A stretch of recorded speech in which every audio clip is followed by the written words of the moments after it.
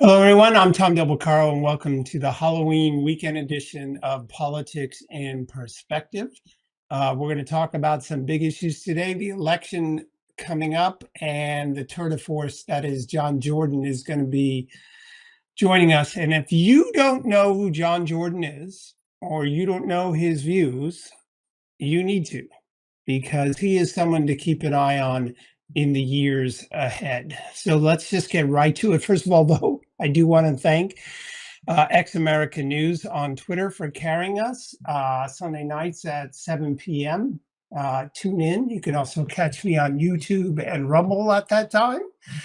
Worldviewtube.com carries us over the weekend, and AUN TV does as well. And of course, you can see all of this at politicalvanguard.com. We carry the links there as well. So let's get to my opening statement, because the plot against your freedoms thickened this week. And this is the issue. In an interview over the last couple of days, I said this was the biggest strike against our republic, our form of democracy, since the assassination of JFK. So let me tell you why. So what we learned this week is it just wasn't 8 US senators, and it wasn't just 92 groups. What Chuck Grassley disclosed this week is that there were 197 subpoenas issued by Jack Smith, who is as corrupt as it gets. He's as corrupt as it gets. 34 individuals were identified, 163 businesses got subpoenas, and 430 Republicans or their groups were targeted, including, get this, the Republican Attorneys General's Association. So what is that association? There are Republican attorney generals in office in the 50 states, not all 50 states, but a good deal of them. And they have an association. They meet with each other. They discuss best practices, political trends, what they should be doing, what issues they're facing, what's going on nationally. All of this came under the umbrella, allegedly, of going after President Trump and J6. Really? So the Attorney General in Oklahoma, they tried to find out information about him. So if you look at this chart of what went on, you get an understanding of how intense this is. And this is the evolution. This is the Senate Judiciary Republicans put this out. It was meant to target Trump, but what they did is they realized the power they had in the DOJ, a corrupt DOJ, to go after just about anyone. So it's approved by Merrick Garland. It is requested by Jack Smith. You have Merrick Garland's assistants okay with it. And who had to do the actual dirty work was Christopher Wray. Allegedly, they go after Trump and Trump alone. But that's not what happened. They went after 9+ members of Congress / senators. On the right, you see they go after 92 Republican groups. Who's in those 92 Republican groups? Well, Charlie Kirk's organization. I don't know. I want you to Google Charlie Kirk and J6. There's nothing real there. But what Jack Smith, the crook, did is go 197 subpoenas going after 430 Republicans.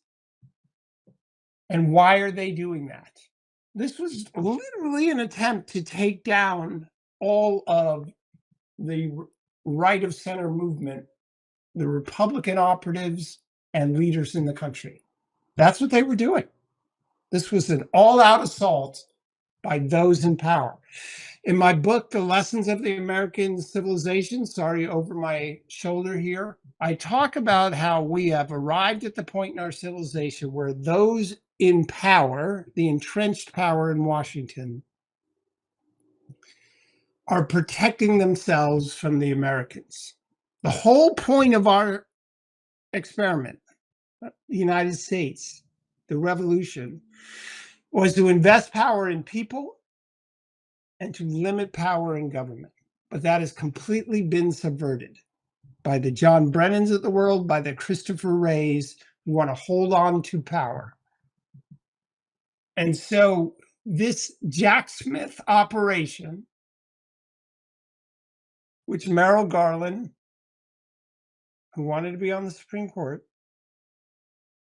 but Mitch McConnell kept him off it. That'll be on his gravestone. I kept Merrick Garland off the Supreme Court. Because for all these people want to end your freedom. Now listen, they even went after Ted Cruz's, he's one of the senators. And what you see on my little list here is that AT&T was served with a subpoena. Verizon was served with a subpoena.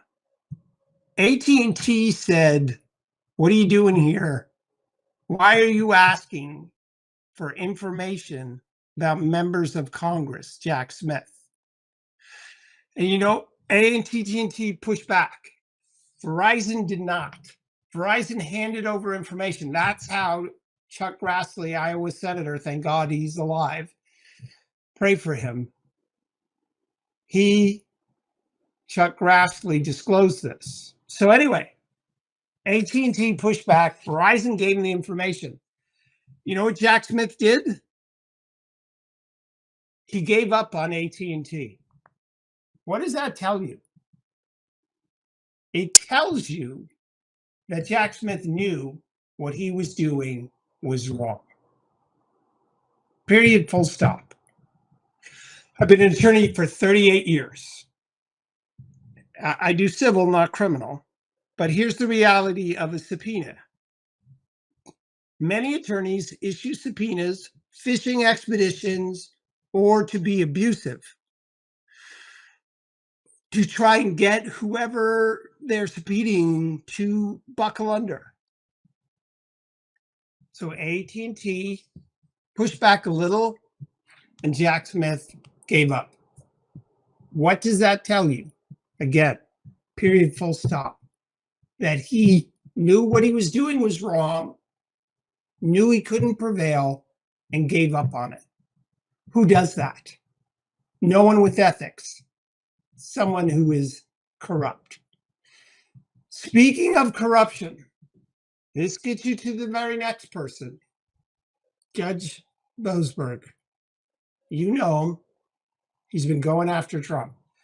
Now, here's a guy who claims that he is, I don't know, doing the right thing, objective. There's a tweet out about his conflicts of interest. Let's look at this. His sister worked for John Kerry's campaign as a fundraising official. His wife campaigned for Hillary. Yet he insists he's impartial, as Paul Sperry points out in this tweet, and nonpartisan. Records show that Boasberg, trying to block the deportation of Venezuelan gangs, and look at who the donors are. So here's the reality. Judge Boasberg, and if we go to the Ted Cruz picture here, Ted Cruz says impeach Boasberg. Why is he saying that? Because Boasberg, get this. This is like freaking unbelievable. So Jack Smith, this is your freedoms. They're doing this to Ted Cruz. Now look, I like to think people pay attention to me, but obviously Ted Cruz is pretty far up there. He ran for president. Boasberg allowed the subpoena to be issued, and issued an order with it that said that Ted Cruz has no right to know that he's going to be surveilled upon for the next year, because if Ted Cruz knew, Ted Cruz would destroy evidence. Just think about that. Now, what is the evidence that Boasberg, this corrupt judge, has that Ted Cruz would destroy evidence? Seriously, that's the question that, in order to issue this order, you have to have cause that says, here's the evidence that shows that Ted Cruz would be corrupt and destroy evidence. You're going to find out it doesn't exist. Not only should Boasberg be impeached, but what he did is so far over the line as, in my view, to be criminal. And this whole operation, 430 Republicans. So January 6th occurs. There are people who do some things that are wrong. There are many people who did nothing wrong. They take an investigation into that, and they don't investigate Nancy Pelosi for saying, oh, by the way, this was my fault, or why didn't you approve National Guard? They don't investigate that. But what they do is use that as an excuse to issue subpoenas 190 plus and investigate all of the Republican hierarchy. That's America today. That's the strike against our republic. Now, in my book, Over My Shoulder, I write a significant amount about the fact that this is normal in history for those in power to want to keep it. It's normal in history for those in power to do corrupt things like this and take away freedom. That doesn't make it okay, but it does let us know, those who care about this country, that we have to be on guard for this. Because if you want to preserve the American experience, then, as I've said many times on this show, as Franklin said, a republic, madam, if you can keep it. It's for us to keep, not those in power, because Franklin knew they wouldn't. That's my opening statement. Now let's go to our second segment and the tour de force, which will be John Jordan. You need to know who he is, and we'll be right back.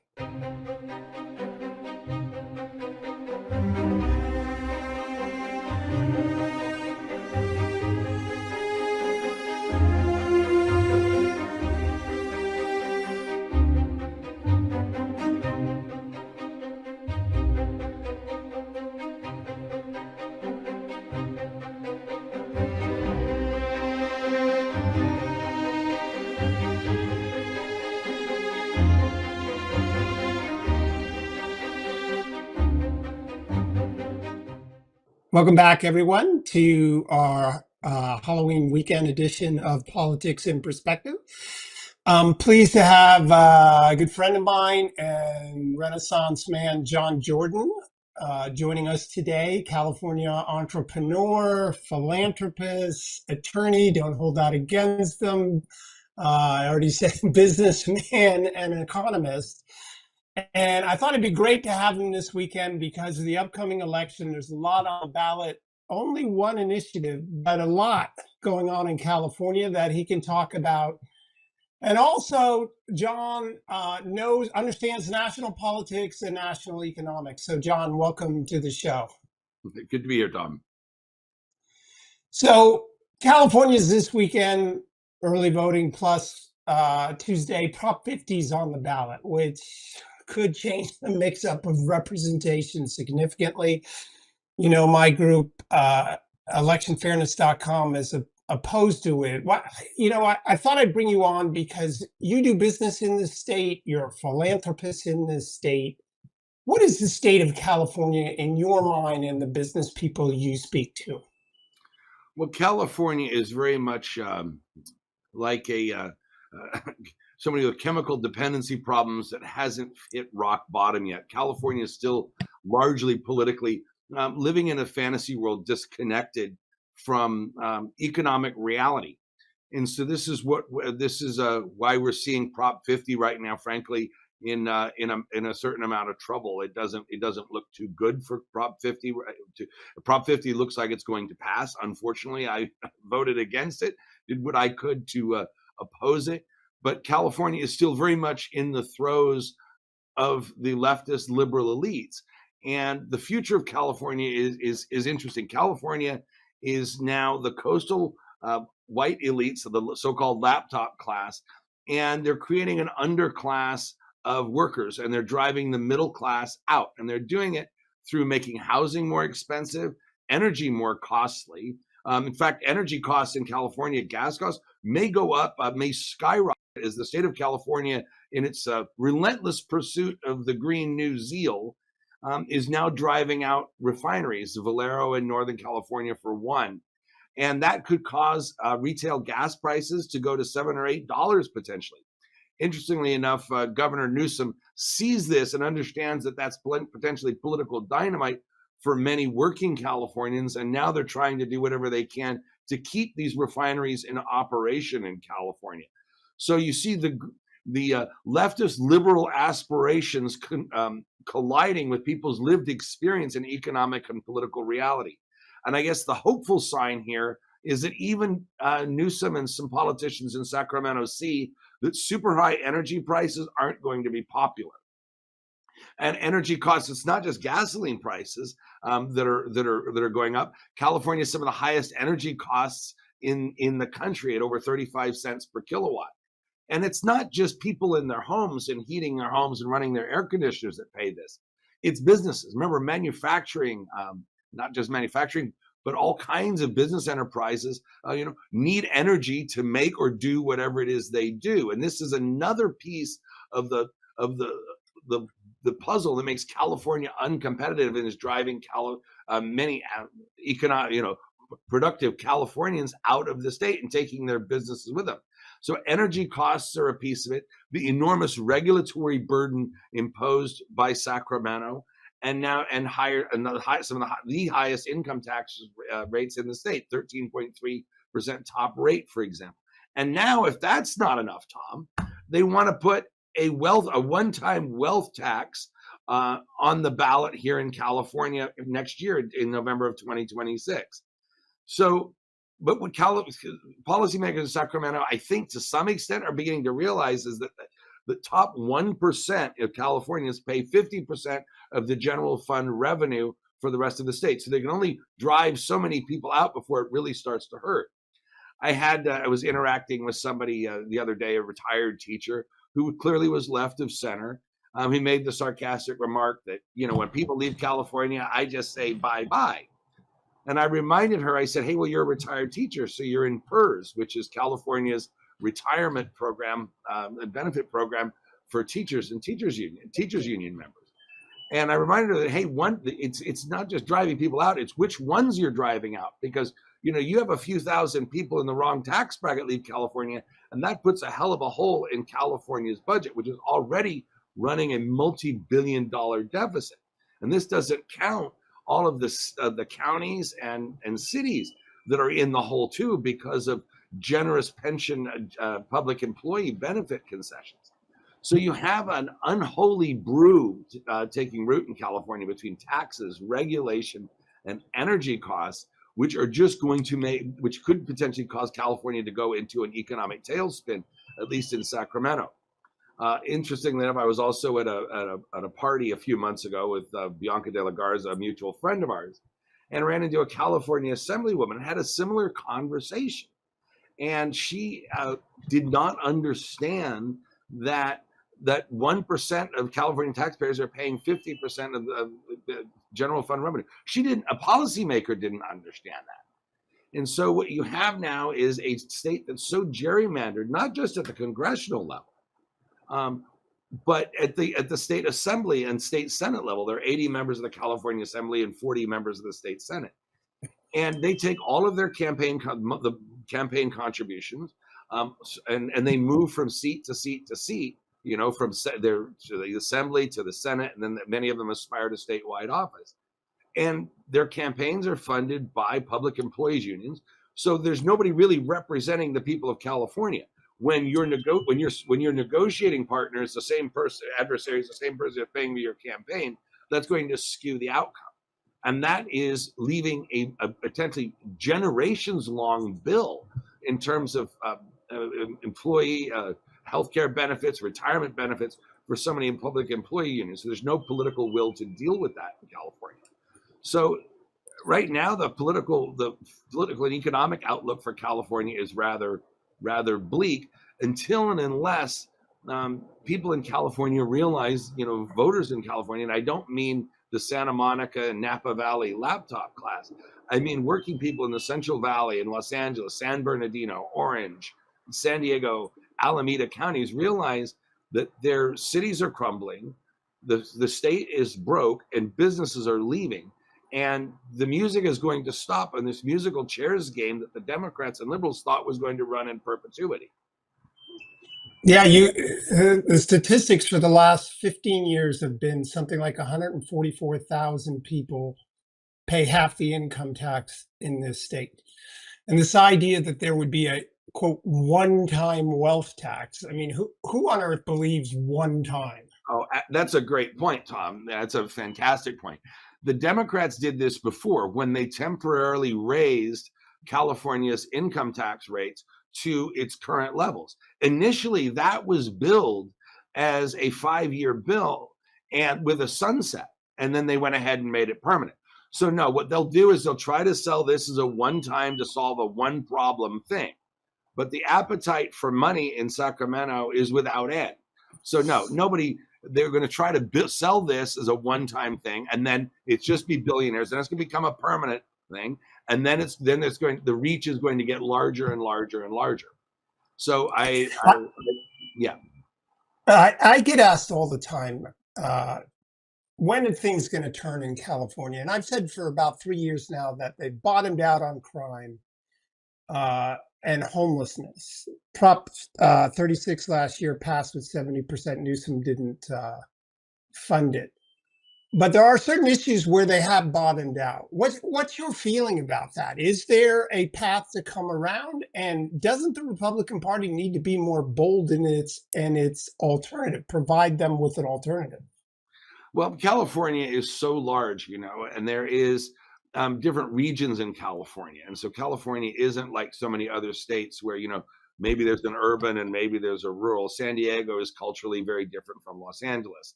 Orange County is very different from both of them. The California Republican Party has been basically non-existent for an extended period of time now. So until and unless there is, and it's going to take a candidate with some who can really deliver this message effectively, saying, "Hey, this is unsustainable. This is what's going to happen," and make that case. Crime, it's California's every now and then will convulse and act conservative, but they'll do it when it's impacting them directly. It's in their face. For example, the recall of the district attorney in Alameda County because of the level of crime was something that was just becoming intolerable. So it has to be in people's faces and it has to be immediate before Californians will really convulse and rebel against the liberal establishment. Unfortunately, in fiscal matters, they're still passing a lot of money around. They still control, the Los Angeles Times, Sacramento Bee, San Diego Union Tribune, Orange County Register, San Francisco Chronicle. And so there isn't an alternative media ecosystem in California to push back on this, and forums for which responsible people can make the case that California is facing potential fiscal Armageddon. So in terms of that, and until it impacts people directly, and that case is made in very vivid and stark terms, California is going to continue, at least fiscally and economically, down this path. Okay, so let's talk about the fact that for years, California had Nancy Pelosi, they had Kevin McCarthy, and California was the center politically, nationally. The last presidential nominee of the Democrats was Harris. Pelosi is still involved. And that brings us all, of course, to Gavin Newsom. There's little doubt that I say he's going to declare in December of 2026. But John, I've been impressed by lately. He doesn't seem to have a day job.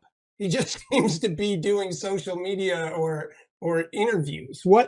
Go ahead. What's your opinion on him and where he's going? Well, he's going to run for president because because as you pointed, he doesn't have a job next year after he's termed out of the governor's mansion in California, and he's basically admitted he's running for president as much. So I think that the Democrat field for the presidential contenders is going to be fairly broad. I think that Governor Whitmer yesterday basically said that she had not ruled out a run for president, which basically means she's likely to as well. Remember, she was on the very, very short list to be Biden's running mate in 2020. And Big Gretch is not short of ambition herself. So you're going to see some other Democrat governors, potentially Andy Beshear, and you're going to see them come after Newsom pretty hard. And point out many of his failings in California, and point out the fact that the truism, rather, that the rest of the country doesn't want to have it turn into California. Pennsylvania, for example, in 2012 had a 1 million voter advantage in terms of registration, Democrats over Republicans. And that's now down to a couple 100,000 on its way to parity. So you're seeing the reddening of Pennsylvania.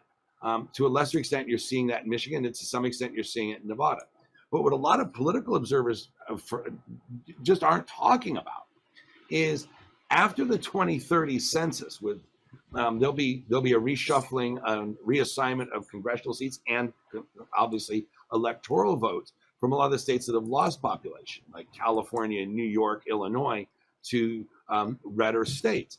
And you do the math on this right now, and if nothing changes in the 2032 election, which will be the next presidential election after 2028, a Republican won't have to win Pennsylvania, Michigan, Wisconsin. Those states won't matter as much because there'll be enough in the Sun Belt, in the redder areas of the country, to get to 270 electoral votes.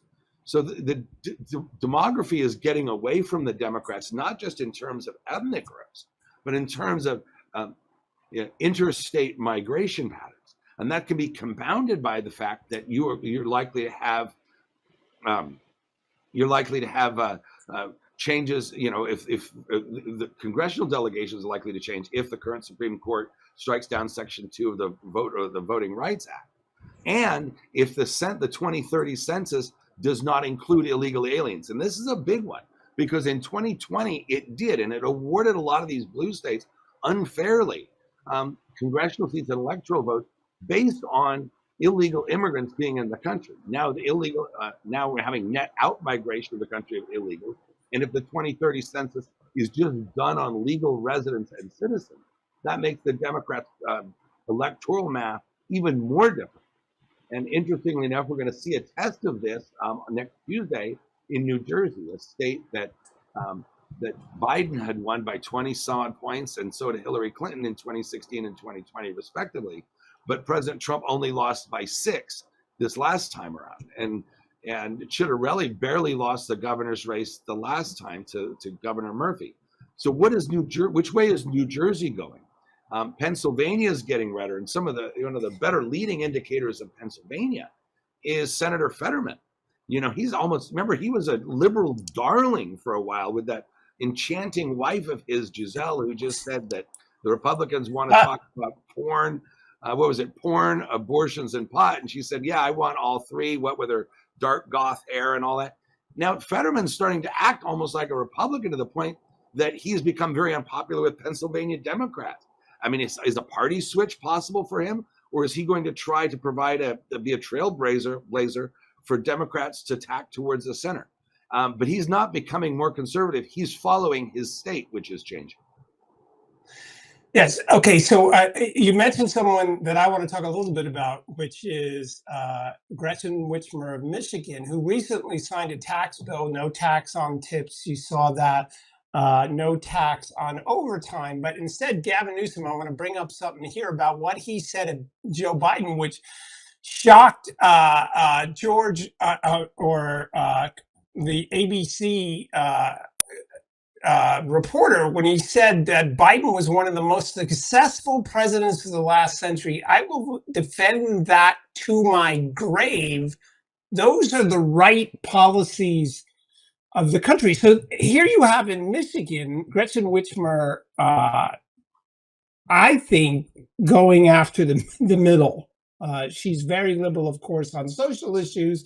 Okay, but Michigan is a place that needs jobs. So has Newsom peaked early, and is he staying too far left, maybe to win the nomination, but can't win the national Yeah. election? So there's a lot of, there's a lot of political dead bodies of candidates that had run for president and peaked too early and misread the train. The world is going to be a very different place politically in 3 years. It's in ways that are hard to foresee, impossible to foresee even now. But Gavin Newsom is making the bet that he wants to nail down, he wants to be the liberal, the candidate of the extreme left, and he's giving them what they want, a quote unquote fighter who's going to go after Trump on social media and do all of the things that send thrills up the legs, to quote Chris Matthews, of the left. So he doesn't have to worry about that he's going to try to tack to the center. I don't think that's going to work because California is not getting better. He's going to have the albatross of California's fiscal and crime situation and homeless situation, immigration on his back. And other Democrats are going to point that out. So, yeah, I think that he's a media darling right now. He's doing what he thinks is best. But if you think back of let's just go back a few years. Well, 3 years before 1992 and 1989, the same point in that cycle, nobody ever heard of Bill Clinton. In 2009, really nobody had heard of Barack Obama. I think that you're going to see is a lot of tumult, a lot of change, and he could be a Kamala Harris-esque candidate. If you remember back in 2019, she launched her campaign with enormous fanfare in Oakland, raised a ton of money, and then fell flat. So Gavin Newsom's trying to nail down the base and make that his and build a moat around that. But I don't know that moat is going to last because nothing lasts 3 years, especially when there's other Democrats. They're going to be able to make the case that they're more electable, like Gretchen Whitmer, or even worse, if you're a conservative, I think the scariest one are Wes Moore from Maryland and Andy Beshear of Kentucky. Okay, let's go national economically. I really wanted you on the show because last week you were on with Bianca talking about the Fed chairman and how they seem to not understand the economy. They are stuck in this vision of a world where if there's economic growth that leads to inflation, they don't understand that if you increase the number of goods out there, that has a good impact on the economy and in lowering prices. So how is the Fed so far off? And what's your view about what the next Fed chairman, who makes so many huge decisions affecting so many, what are you looking for in the next Fed chairman?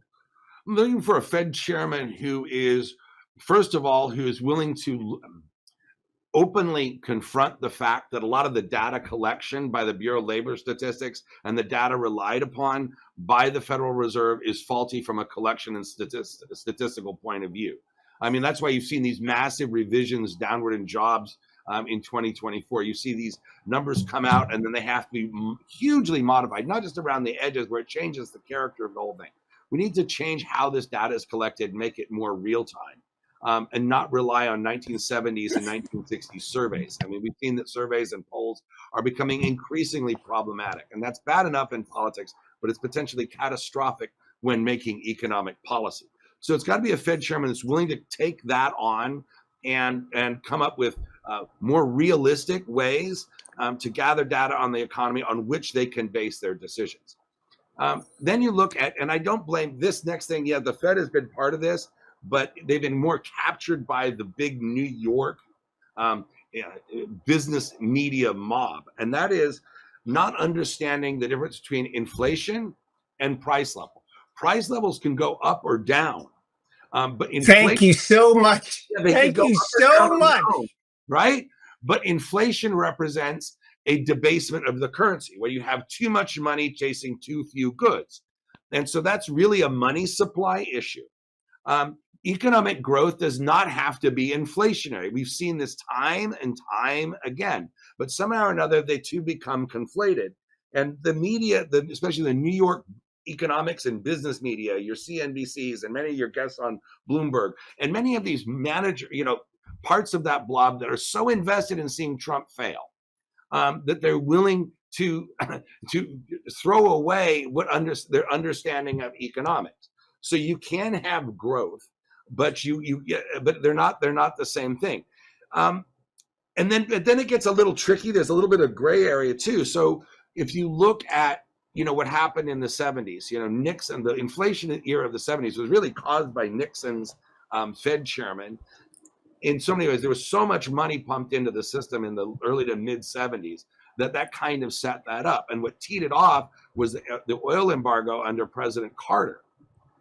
And so energy prices are really important because that's the only commodity which is completely inflationary or disinflationary. Because energy prices get into everything, whether it's the production of steel, aluminum, glass, transporting goods across oceans. Because remember, those costs are actually buried in what customers pay. 10% of hydrocarbons, by the way, are actually go into products as a product input, like plastics, polymers, and so forth. So that's 10% of it right there. You have energy, so you have an energy to harvest wheat, for example. So if you bring energy costs down, that is inherently disinflationary. And so when President Trump took office, oil was at 81 barrels, and oil is not all of energy, right? There's electricity, there's other components to it. So I'm just using this it's the most important piece, oil is, but I'm talking about that because it lends itself to a better illustration. So oil was at $81 a barrel when President Trump took office. It's now at $60 a barrel. And it would be a lot less, and it will be a lot less when we get a lot of this Ukraine business solved and we start to bring some of these oil fields that, massive oil discoveries that we're having kind of around the world when they come online. So you're having energy come down, and that is inherently disinflationary. Tariffs, which people conflate that because they're so consumed with the hatred of Trump that, they can't root for America or root for prosperity because they feel like they're betraying their ideals and the central tenet of their core, which is to hate Trump. But tariffs are a little more complicated, right? They're a price increase, but they're a one-off. And partially they're offset by lower energy prices. By some of these countries in Asia, for example, have enormous margins on their products. Sometimes, 90%, 80, 90% margins. So they can afford to eat some of it to stay competitive. And then you have people substituting one good for another. So there's a lot of offsetting variables, but that make the sting of tariffs smaller. And that's what Wall Street is trying to, in the business media, is trying to wrestle with right now, because all of the predictions of April, the Liberation Day, that by Halloween it'll be, economic catastrophe, runaway inflation. Well, it didn't happen. And so now they're having to start to question their priors as to why it isn't happening. It's an enormously psychologically painful process for them, because once again, one of their prognostications failed. And so you're seeing a lot of these economists on CNBC, in many ways becoming the new public health officials, as in thoroughly discredited because they won't challenge their own priors and say, generally, we were wrong about this. So, they're joining the ranks of they're joining the ranks of the Dr. Fauci's of the world. So what you are having, and I know it's funny, but it's no. No, John, that is such a great analogy. That was awesome. That was CDC. That was awesome. Go ahead. Yes, they're becoming the new CDC and World Health Organization because they're so consumed with their hatred of Trump that Trump could say air is good, and they'd find to say, well, no, it really isn't. So now they're having all this new data now about inflation, and even Powell said yesterday, he said, inflation is largely under control. He couldn't quite bring himself to admit that tariffs are actually inflationary. That those are one-offs. He got close to the line and said, well, they are one-offs, and as they went through the system, the price increases should stop. But he couldn't quite get there and say, no, is it inflationary? Because he just couldn't do it. So that's what that's where that is. But as energy costs come down, that is really meaningful because it's not just pain at the pump; it's pain into everything. And that's absolutely. I mean, just think about the transportation of products around the country is so on that. So let's stick with energy, because this week we had Bill Gates say that global warming is not going to create extinction around the world. And of course, the left doesn't know what the hell to do. Here he is. It will not lead to humanity's demise. This from the man who said the internet would not amount to much as a marketplace. and the man who is pushes vaccines to all get out. Anybody who says that there's overpopulation on Earth, you should not trust with that medical advice. That's my opinion. But my theory on this is that his AI profits are based on an enormous increase in the supply of energy. So he has decided that he no longer believes that we should cut back on fossil fuels because he knows his profits won't exist without it. What's your thoughts? So I have actually a slightly different take. I was looking forward to this conversation because I have a slightly different take on this. So, what the thing is, the ultra rich, the George Soroses, the Bill Gates, and to an extent the Elon Musks, we all think, those of us that are working or run a business, we think of dollars and how we can make a little more money, how we can save a little bit more money. Like when you get to this level of rich, right? They're really not trying to get richer. It's not about money anymore for them.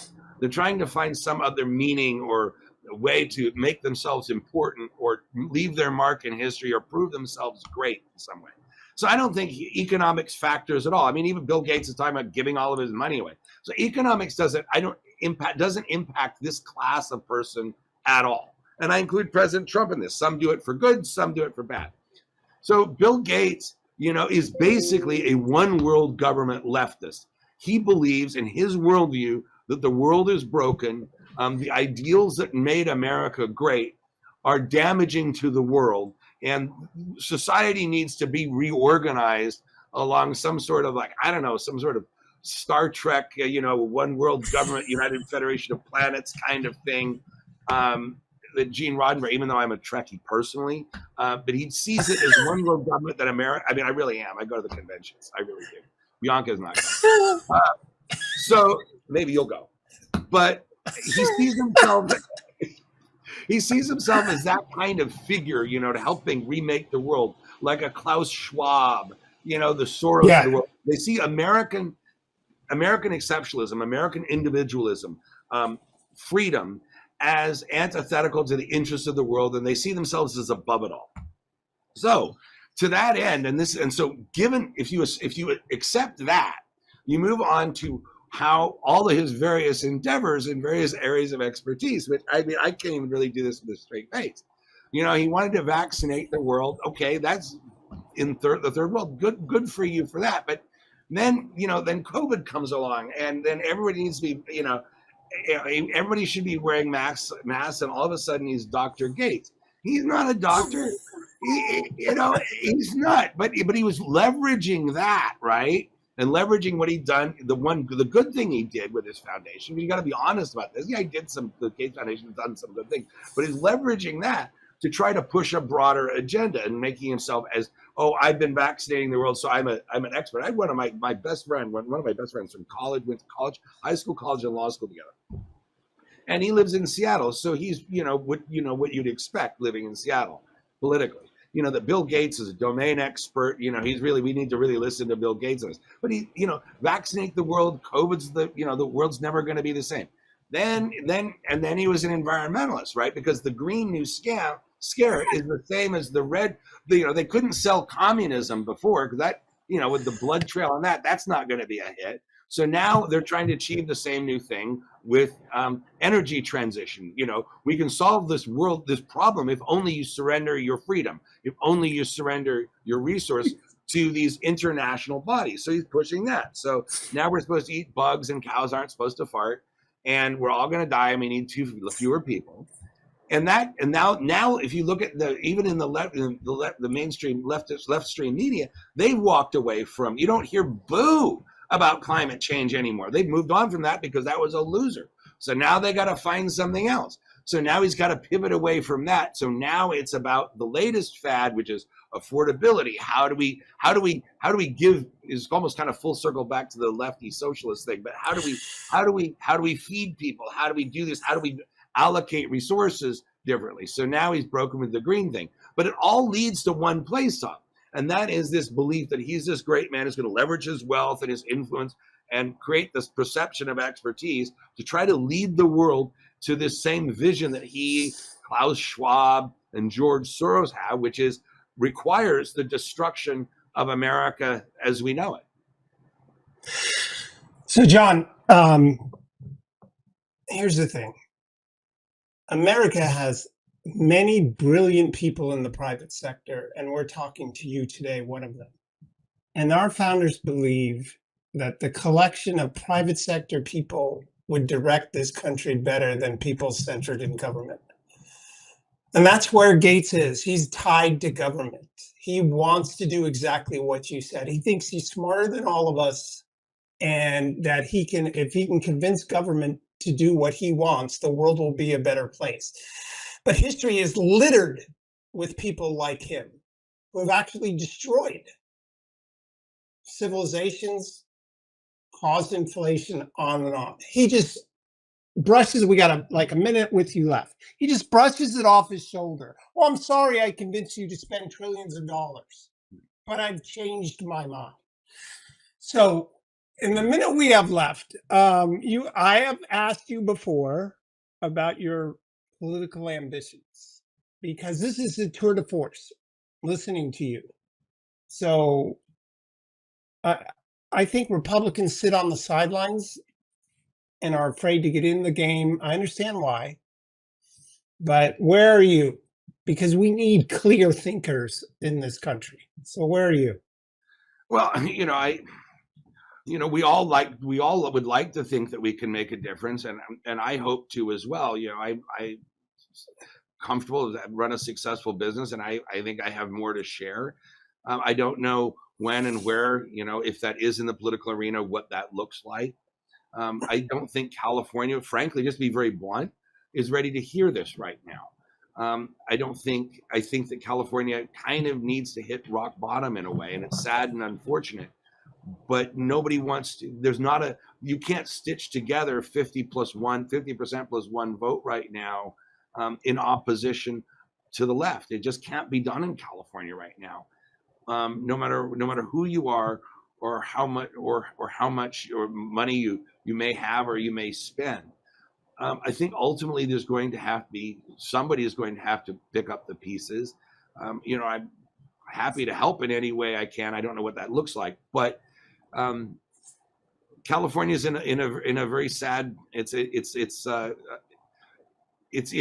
in distress, and I fear that it's going to become even more so.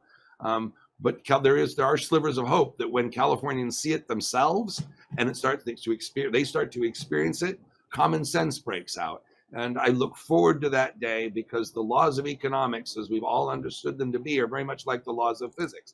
You can call it, and if you can ignore the laws of physics, but if you jump off a building, it is still going to hurt, even if you choose to deny them. And so it is with economics, and I think California has to learn that lesson. All right, John, we went over, but you know what? It's great listening to you. I love your energy, your wide understanding, and I hopefully you will consider jumping in at a significant role, because I think you're a tour de force in a lot of ways, and because you have spent your life learning. I know this. You absorb. You love to learn. And that's not what politicians do. They love to govern, but you love to learn. And someone who comes from that position first is the kind of people we should have. So thanks so much for coming on. We'll have to bring you back, and we'll be right back with Politics in Perspective. Look forward to it. Thank you, Tom.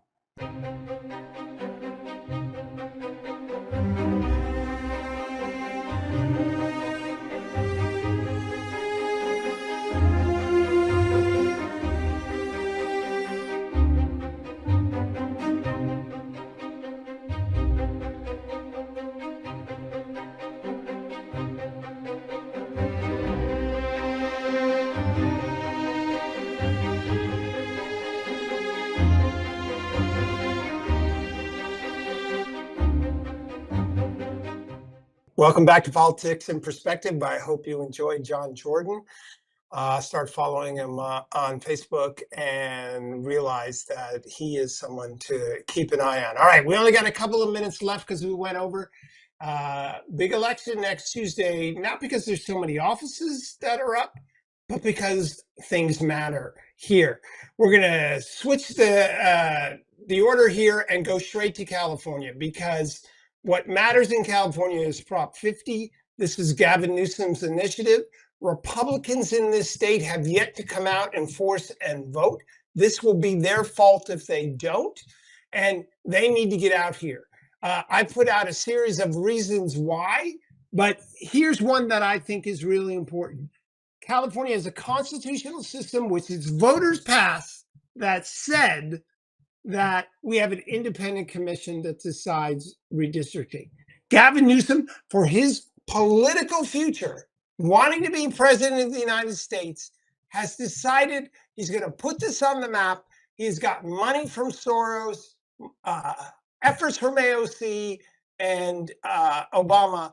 And so your constitutional rights, they want to subterfuge so that he can be president of the United States.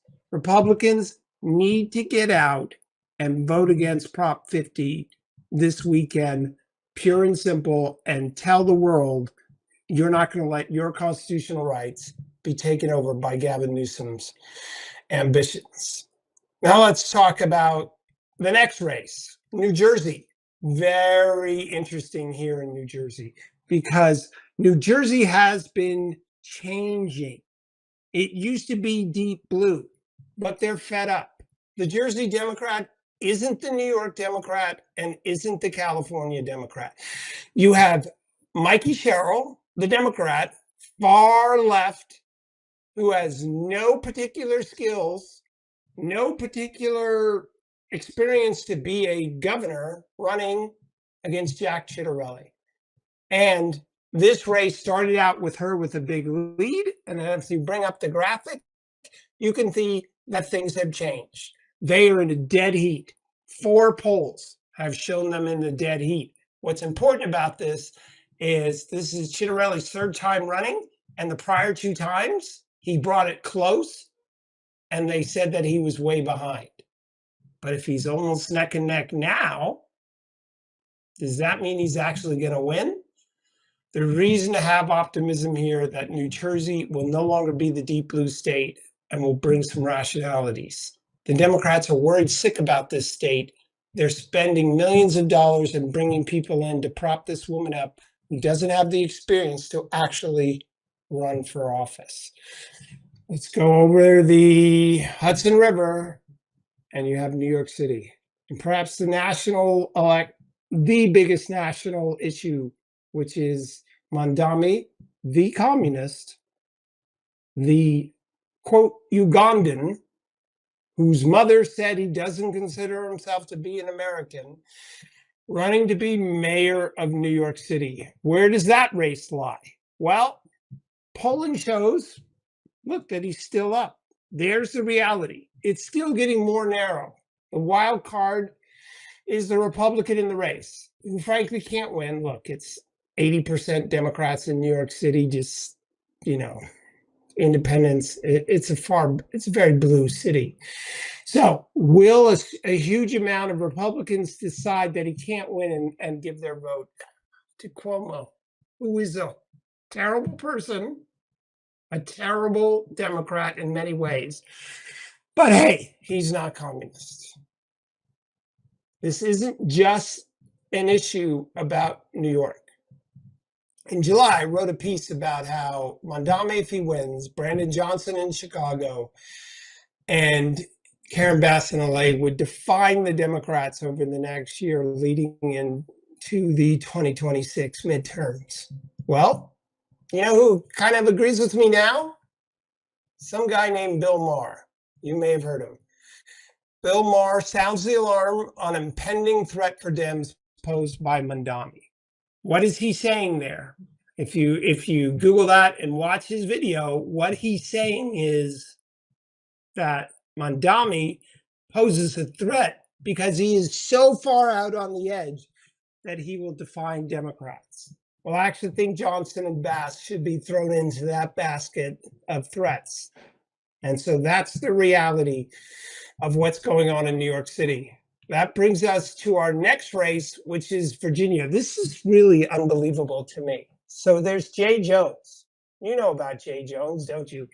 He's the one that tweeted literally that he wanted to see bullets in the head of his Republican an adversary, and that he wanted his wife and children to be killed as well.